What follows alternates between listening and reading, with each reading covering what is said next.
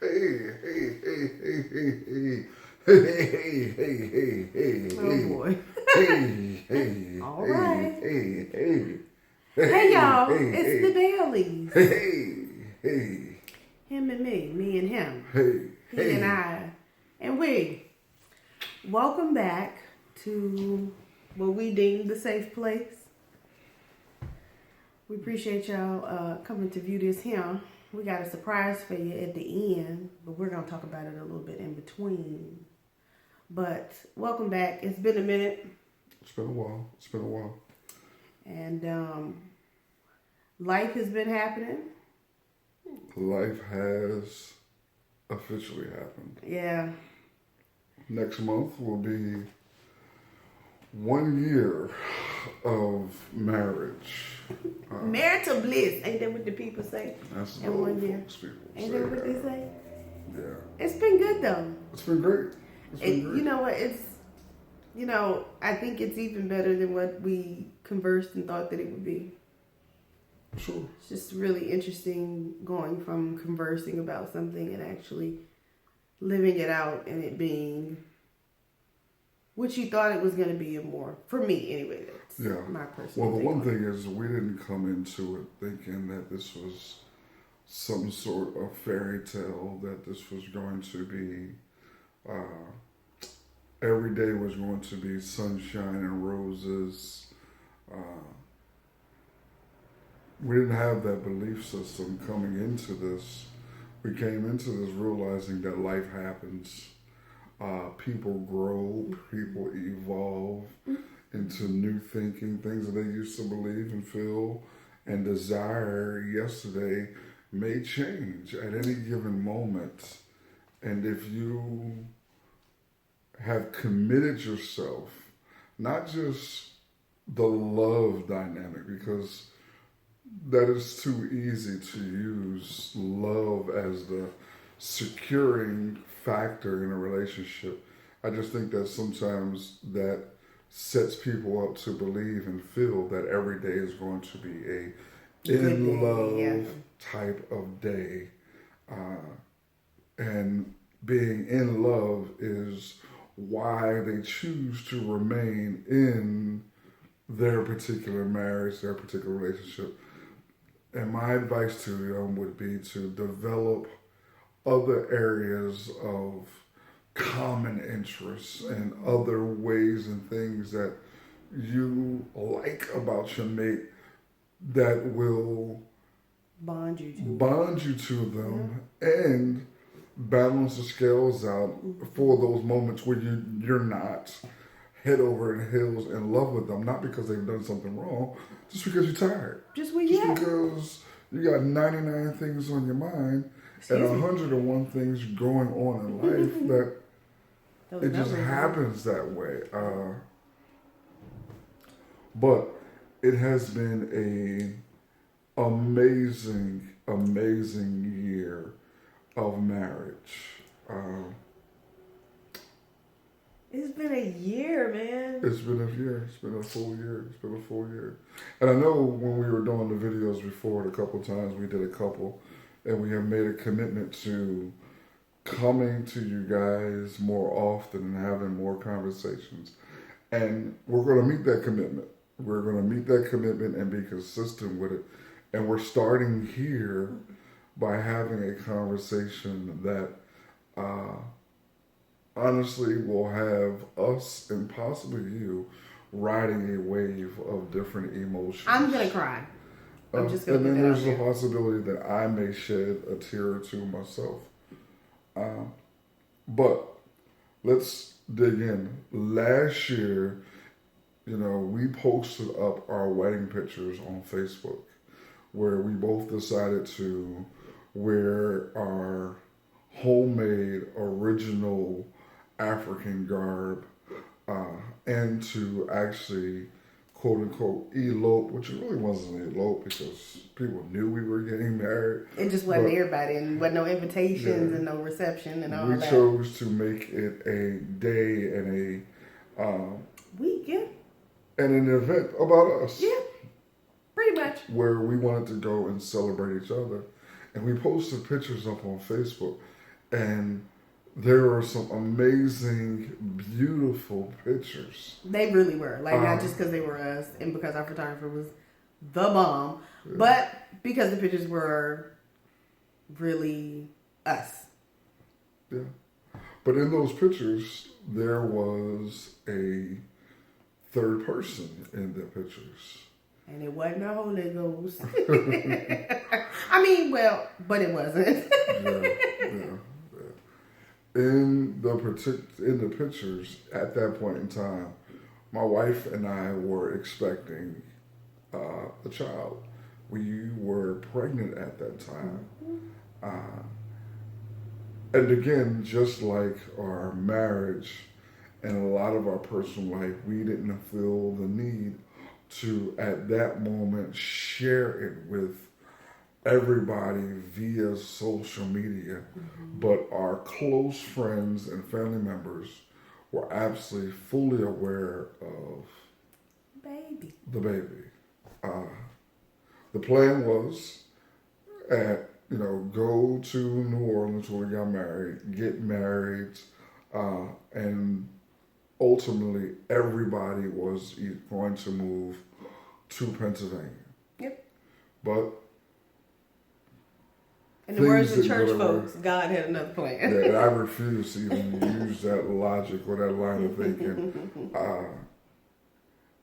Things didn't go that way. We went to some doctor's appointments, or she went to some doctor's appointments while I was here, because I came back here to get things ready for her and Jalen to come.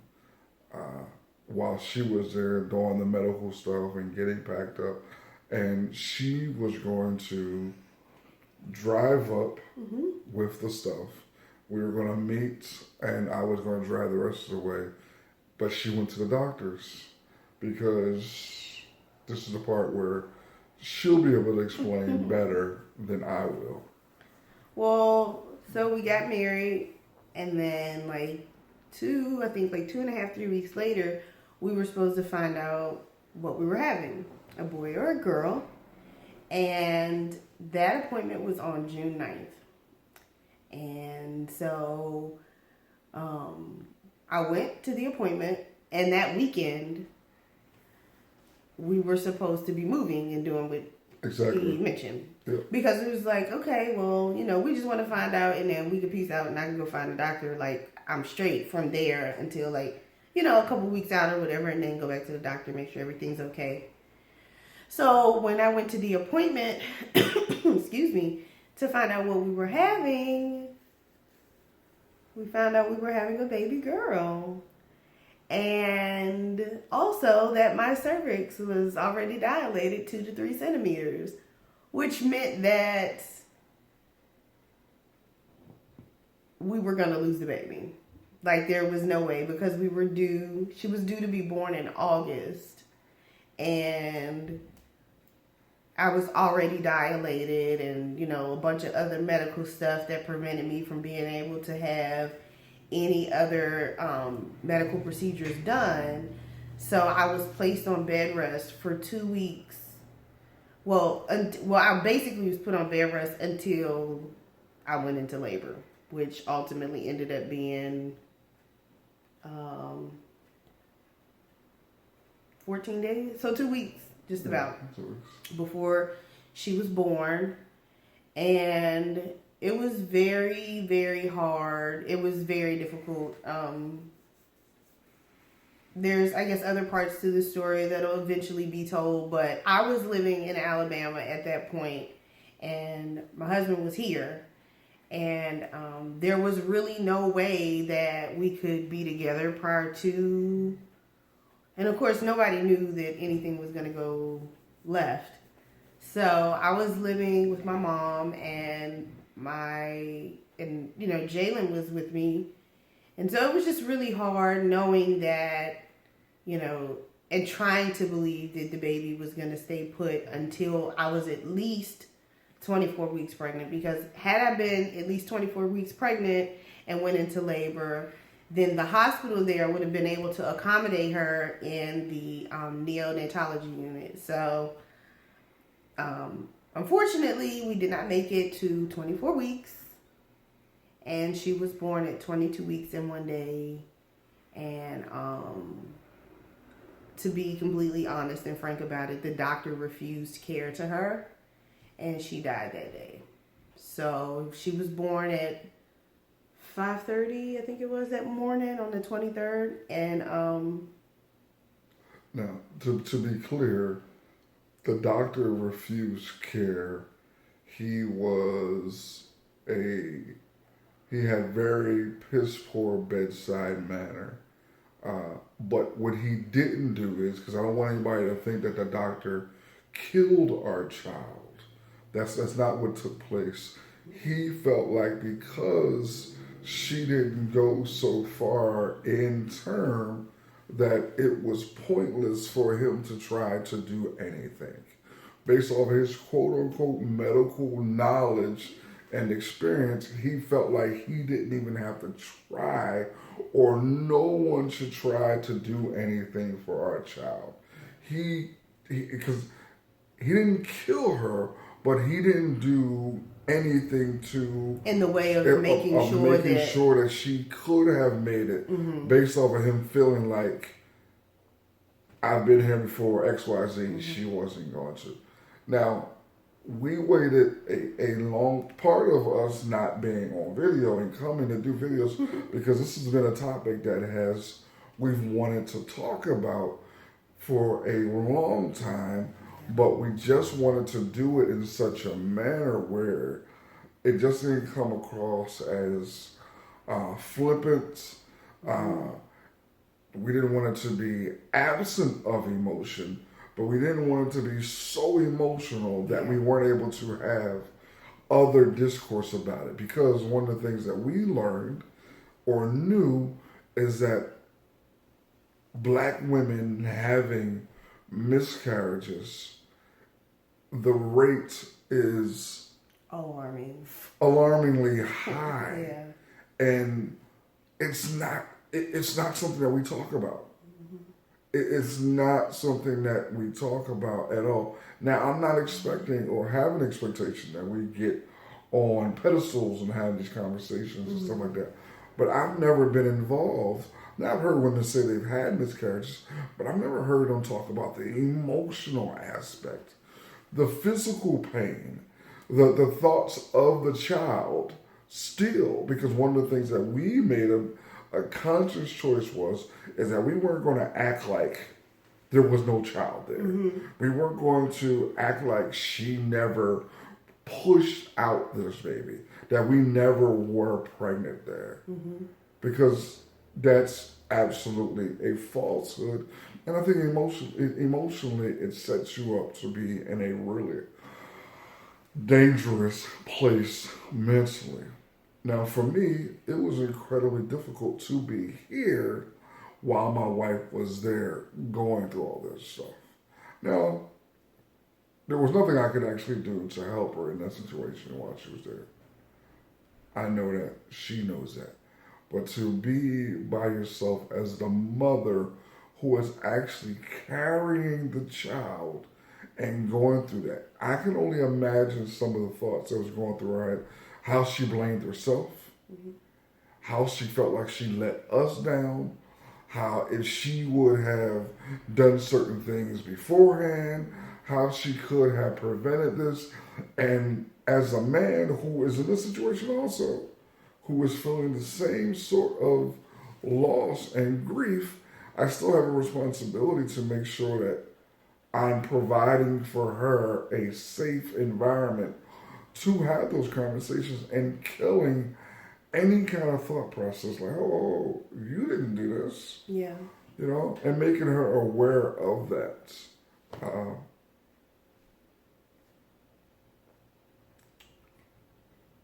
Yeah. Just in dealing with that dynamic of knowing that your wife is going through that by herself, because she had to deliver our child knowing that there was no chance of her living after the delivery.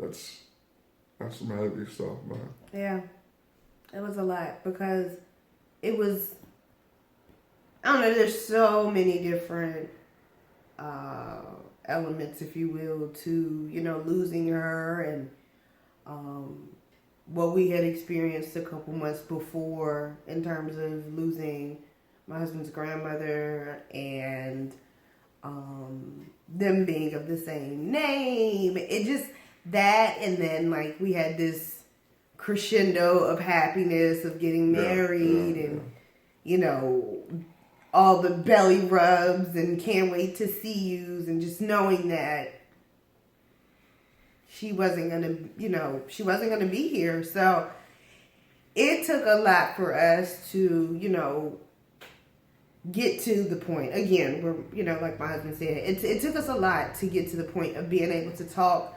about what happened and really wanting to talk to people and really wanting people to have the conversations about losing children.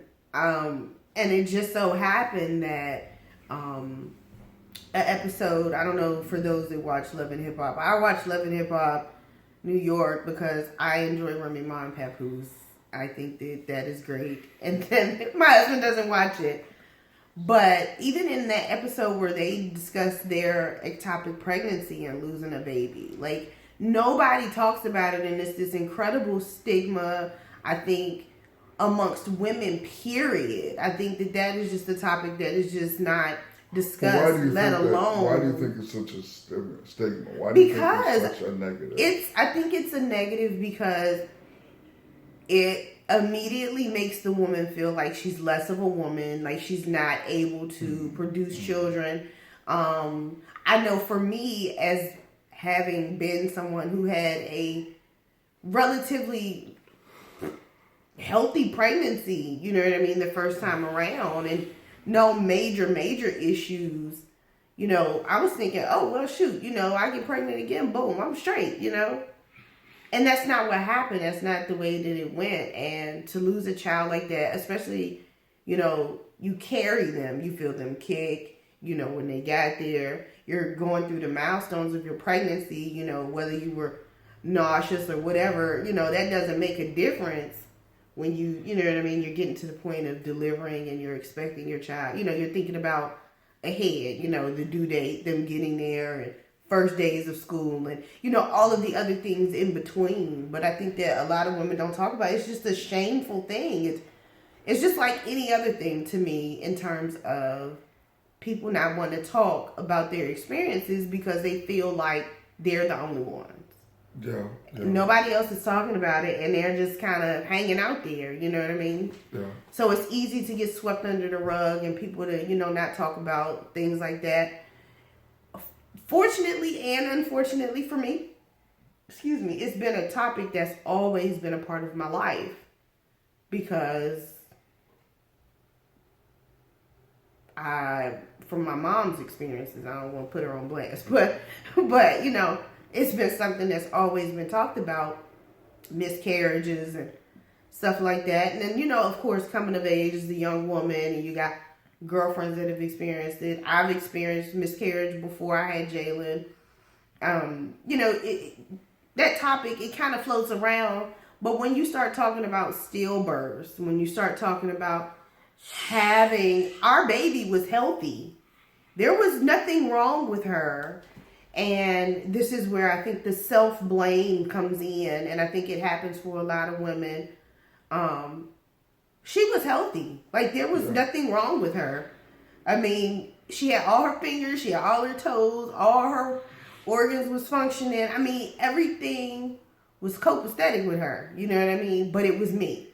It was my body. And I had no idea that I was dilated. I had no kind of labor or anything. And so it was a really, really, really just rough thing. As a man, I had no point of reference. Mm-hmm. You know what I mean? And this is one of the things that encourages me to have these discussions with people, because it's like, we don't have point of references in our community, man, about a lot of stuff that has happened to a lot of us. There's no place to go to say, and freely speak. okay, bro, well, that feeling that you're feeling, that's a rational feeling, or that's irrational, or you did that, or you did, you know what I mean? It's never. We don't produce those type of environments. No judgment. Those type of environments usually are white dominated or dominated by other races, and again, it's not about a black or white thing, but when you have these things taking place in your community at overwhelmingly huge numbers, and no one is talking about it, that makes the issue even bigger. It just confounds it. It's just like, we don't want to be a part of that. So anything that comes up that affects us, that is within the norm and outside the norm that people are not talking about, we're looking to have those discussions because we're tired of that cycle continuing to move and gain and grow because no one wants to talk about it. But so she's down in Alabama. She's going through all this. She has to go to the funeral home to do, the setup, the arrangements for our daughter. She actually has to go and speak to other people about getting, finances for our daughter. Asking the questions like, how does this work? How do we do a burial, memorial, cremation? She's doing all of these things by herself. I'm going back and forth to work, living life pretty much, quote unquote, as norm, making sure I'm there with her on the phone. But she is going through all this. And she meets some amazing people along the way who provide her with a safe place, a sense of security. What's the I know we want to talk about the one lady who you're very fond of with the organization who deals with the stillborns, who deals with, why don't we tell the folk about this lady and her organization and how she was helpful to you? So, first of all, I've never dealt with death on a level where the responsibility is mine to take care of everything. And I had just got finished with my siblings dealing with planning a service and dealing with death and cleaning out a home and giving away items. And this is a woman, my grandmother was 93 when she passed. So this is 93, which is almost 70 years worth of things that she had in her home that we had to get rid of. And we had to plan that. The emotional toll of that for someone who was 93 was incredibly overwhelming. So imagine doing it for someone who doesn't have that life experience yet. But it's about, you have all these dreams and aspirations for them. You can only imagine what the emotional toll would be like. It was interesting. The chaplain from the hospital came and talked to me like hours after she had been born, and matter of fact, she was still in the room, but he came and talked to me about some different things, and he had some phone numbers for organizations and funeral homes, and that would help with the process of whether we chose to cremate or bury our daughter. And he just talked to me, and he was like, you seem like you're in good spirits. I said, I'm okay with it because I know that there's nothing that I could have done to change the situation.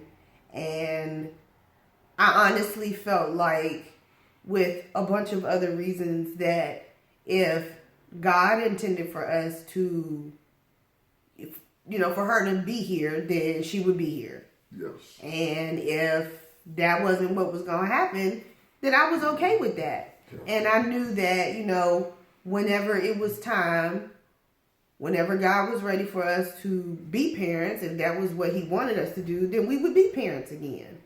You know, like I said, and just coupled with a bunch of other reasons and just things, I was okay.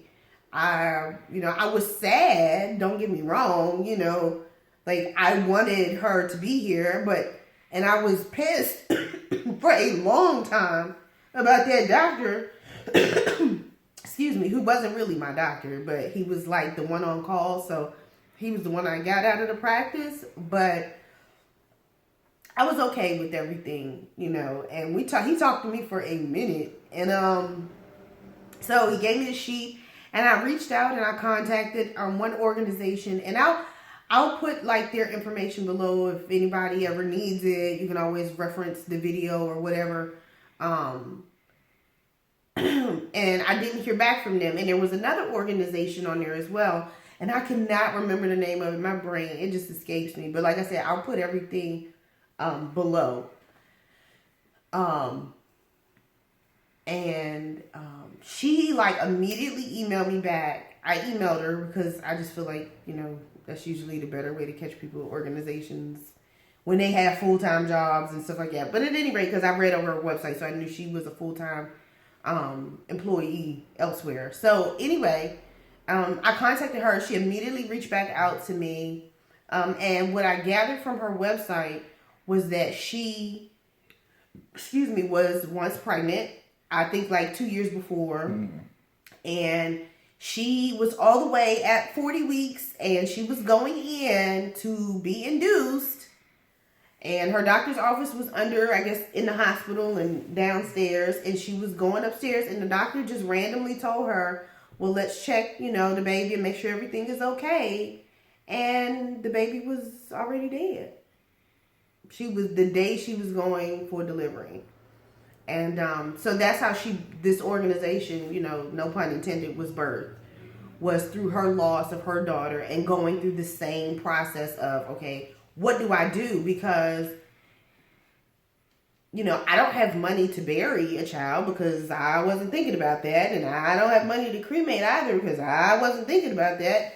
And she started the organization to be a blessing to other people who would be in the same situation.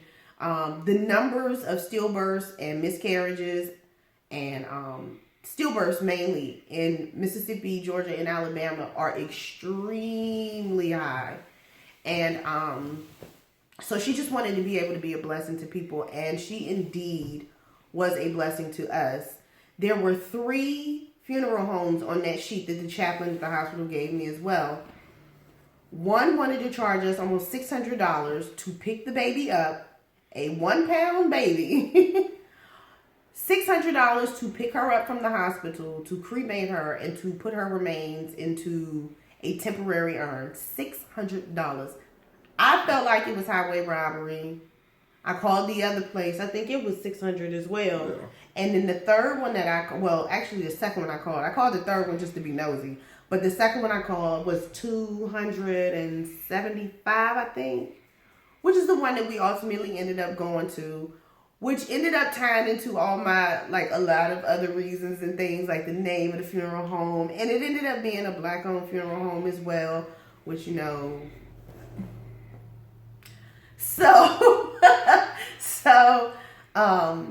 and they were so professional, and they were so sweet, and they were so nice, and they were so incredibly helpful, along with the young lady from the organization. Lord, why can't I remember her name? I don't know, but look, I promise you, this woman was absolutely fabulous. Start to finish. And even now, she'll still text me and check on us. What it is that she created an organization for other women who experience those types of traumas and tragedies to have a support system, a network, and any type of other resources that may be needed in that time of crisis. Absolutely fabulous. Was right time. And God, we know that God's fingerprints are all over the situation. We know there's no doubt about it. There's no somehow we blame God, angry with God, none of that type of foolishness, because his grace in the midst of all of this was all over this. He provided certain things that my wife needed, that I needed in the midst of this, in order for us to be able to come out in the situation that we're currently in and to be at peace with it. And I think sometimes when you hear people say that they're at peace with tragedy, it's almost like, well, you don't deal like with it you're over anymore, it. you're over it. No, Yeah. no. We're never going to be over it, but we're at a peace knowing that these things happen. That my wife is not guilty of anything. She didn't do anything wrong. I don't blame her. Never held anything against her. Like, listen, you talking foolishness if you start that type of conversation. But just knowing that, listen, these type of things happen. And I, at some point in time, want to, just randomly look at the data and see, is this something that takes place within black women and more than other races? Because I know when it comes to the issues that black women tend to have, concerning reproductive organs. Exactly. Concerning reproductive organs, overwhelmingly supersedes any other racial demographic out there in ways that it is not even close. And we could talk about fibroids forever. Yeah. And listen. Crazy so numbers. Crazy, absolutely insane numbers. But just to know, man, that it happens. It happens to great people. It happens. If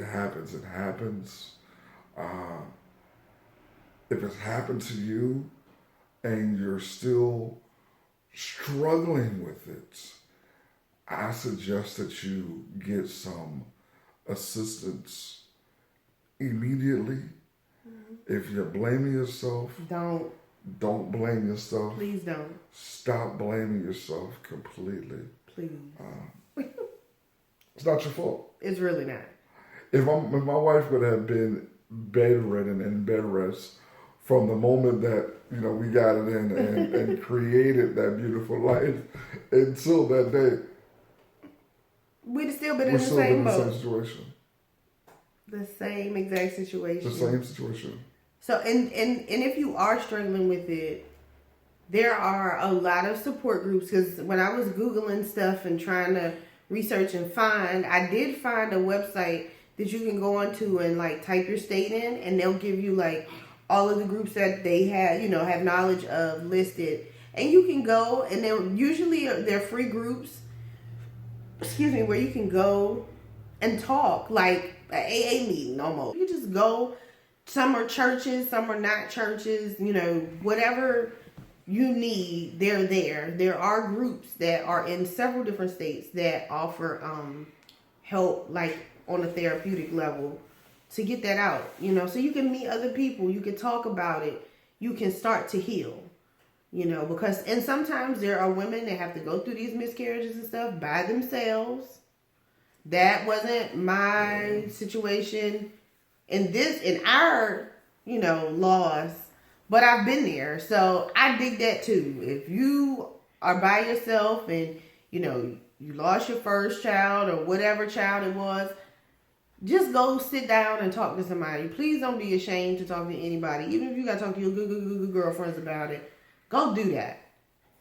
And if they got an attitude and a problem with it and they don't want to let you or help you in your healing, then they ain't your good girlfriends anyway. Yeah, you need to find somebody different to be rapping to. Right. And if you got to go pay somebody to talk about it, damn it. Get your change together.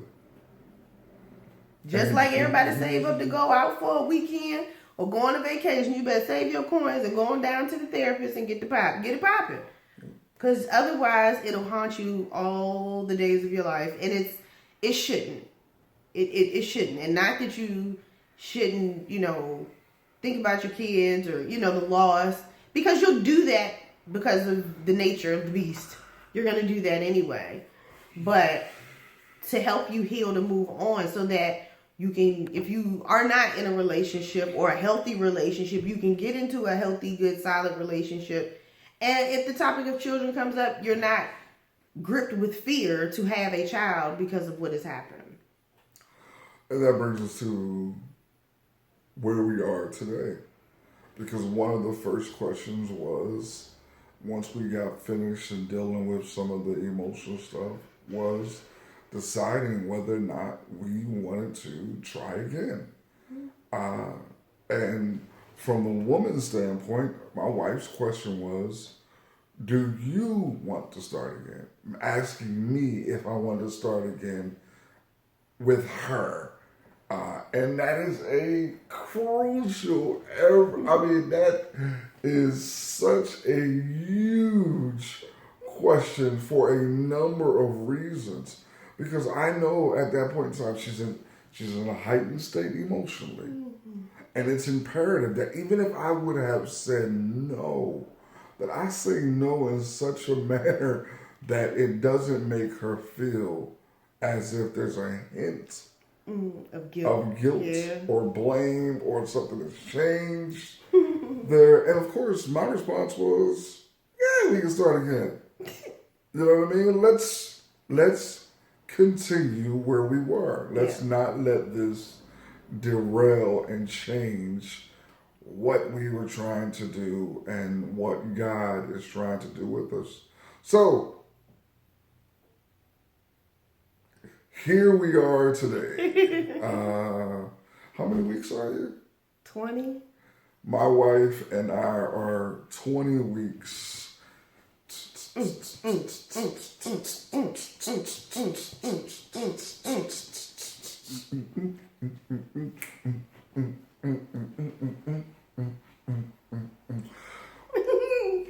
having a baby. We are having a wonderful child. Now, let's talk about the pregnancy now. Yes. Because it's been a headache. It's been a headache. Well, it's been a headache for her. Okay. No, but look, coming from the miscarriage to where we are now, we went into it thinking and making sure that all our bases were covered. All of our bases were covered. Mm-hmm. We went to every doctor's appointment and we asked those important questions. Is it possible for a miscarriage to take place again based off of the last situation? Mm-hmm. And just making sure that we do everything possible and needed to make sure and prevent a repeat. Okay, so one of the things that we had to happen was, because my wife was dilated so quickly in the previous pregnancy where we lost the baby, we were concerned about that potentially happening again. Mm-hmm. So the doctor made sure. We had tons of conversations about dilation, uterus, all those things. Preterm labor, how it happened, factors. All those things. And had several dope doctors making sure that we were in the same place mentally, like, hey, it wasn't you guys' fault. Making sure my wife knew, hey, it wasn't your fault. Mm-hmm. You didn't do anything wrong, type of ordeal. And they also gave us 2 procedures one that she is currently going through. Every week until I'm 37 weeks pregnant. And one that she's already went through. And the first one is called a cerclage. And listen, man, what it is essentially is it's an outpatient procedure. Mm-hmm. Meaning that you'll go in one day and you'll be out the same day, mm-hmm. as long as you, and the anesthesiologist and all that type of stuff, you pee, drink some water, get up out of that joint. Mm-hmm. That's how it works. Sometimes roll out. Don't hang out too long. Like we did and missed the daycare. That's a different conversation. No, we missed Lorenzo's because we wanted a cheese. That's true. We was trying to get to the cheese steak. But the babysitter was calling and it was time to go. Blowing up the phone. We understand. We know how it is. We paid her though. No shade. Hey girl, how you doing, girl? At all. Okay, But the cerclage is basically the doctor sewing up the top of the bottom. Sorry. See, I'm not the doctor. I just know that there's a thread up in there currently holding the back and the bottom of the uterus together. Cervix. See, I told you, I'm not a doctor. I only even play one on video with my wife. Holding the cervix together. The bottom of the cervix. Preventing dilation. Oh, listen to that boy. Listen, he sound, boy, you need to be on Grey's Anatomy, boy. I'll be on Grey's Anatomy. But Shonda be trying to kill black men off, so. She do. I ain't interested, Shonda. Just to let you know. So we got the cerclage, which was great. And also, my wife gets a shot every week that also assists with making sure that her cervix does not become dilated.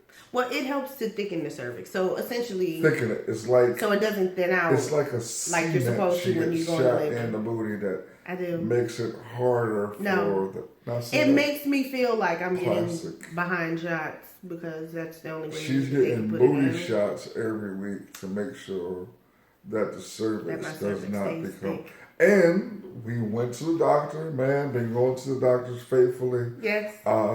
No issues whatsoever. Praise break.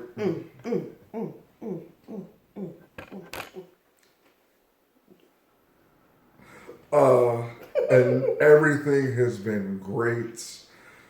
Cervix is looking wonderful. Yep. Everything is going smooth. Yep. We're on track. The baby's looking great. Yes. Healthy. Yeah. We are incredibly excited. But even before we got to the place of the cerclage and the shots and all that, we were incredibly excited about the pregnancy. And we went into it expecting a healthy baby and a healthy pregnancy, as I think everyone who is pregnant does expect that. Like, you shouldn't expect bad things to happen. Yes. But anyway, we are there, and we have exciting news to share with all you guys that's going to be coming immediately after this video. Yeah. I'm excited. I'm excited to share this with you all.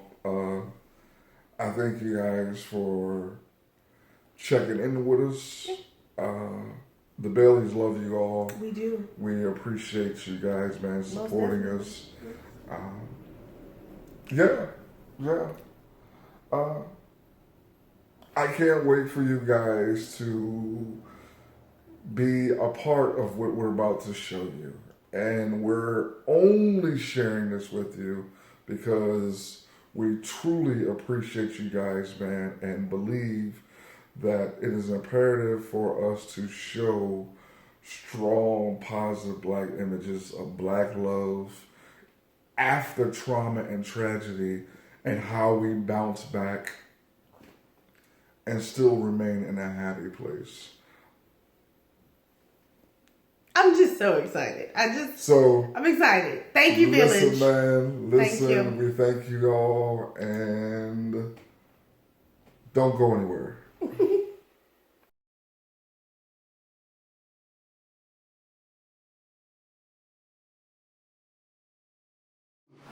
If it is a girl, the name is going to be Olivia Celine.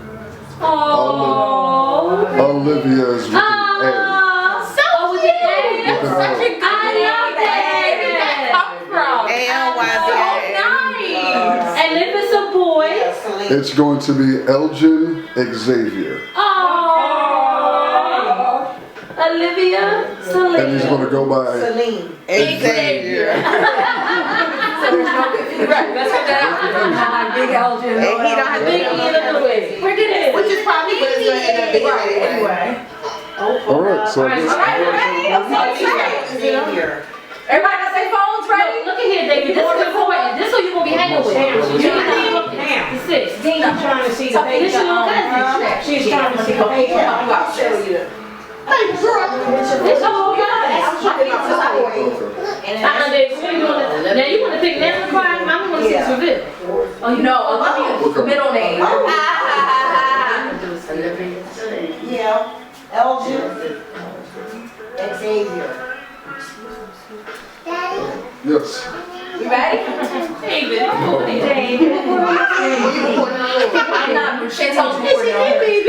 The whole thing. I mean, I was 40 seconds deep just now. Oh, okay. No, because you said Snapchat, so I was like, Well, see, I was going to, but I'm gonna just post it from the video to Snap. So she's gonna go over well, then I'm gonna just need to get that out. Alright, we're gonna go both from this side, that way everybody can see us. I think y'all should put it in the middle. I think y'all should hold it together so everybody can take pictures. Hold the box together? Yes. Okay, I'll pick it up. Oh, hold on. I gotta take a few pictures first. Okay, the clue says, I can barely wait for you to know who I am. And that's just a clue. So do we need to move? It is a clue? Yes, of what the. It's not a clue, though, is it? But Not clearly, there are no clues to what the sex of the baby is. Oh, it's not a clue for what the sexual video is. No. That would have been dope. That would have been dope. we're gonna have a bear. Like how we. Okay, so. I thought okay. You did. You explained it. I thought I was a lady, like a human lady. I can't have no Can't have no babies. bears. Can't have no babies. Yeah, that's okay. So do we rip open it? But is this recording? Yes. Yes. Yep, it is. It's But up to it's you how you want at to the do it. wrong angle. You might. And it can't see your face. Oh, that's okay. Pops. You don't like can't call him that. It ain't fair. This is now crooked. True. Just saying. True. We're gonna edit No, this first part out. open this out. Yeah, we are, but I'm just trying to make it for it's not crooked. Okay, there you go. Okay, wait a minute. Come on.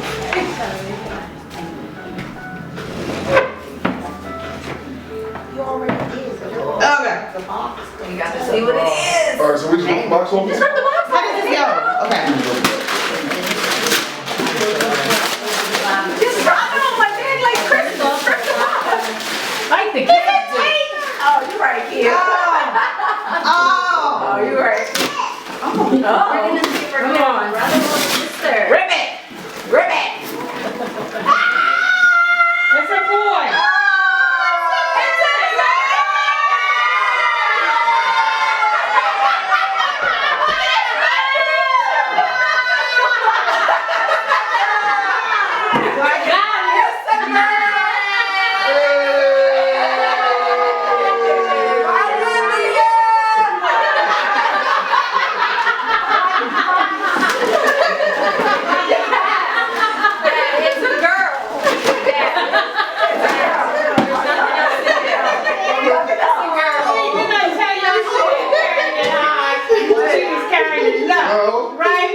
These are the people who guess correctly. Chantel, you don't count your football Chantel, David, David, and Gordon. Literally. Give the bear a And these are all the people who let me down.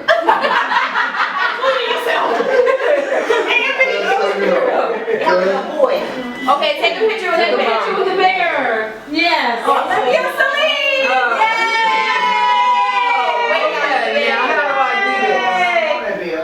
Oh, look over here. Wait a minute. Wait a minute. Oh. Hold on. Go, Olivia. You go, girl. You grow. That's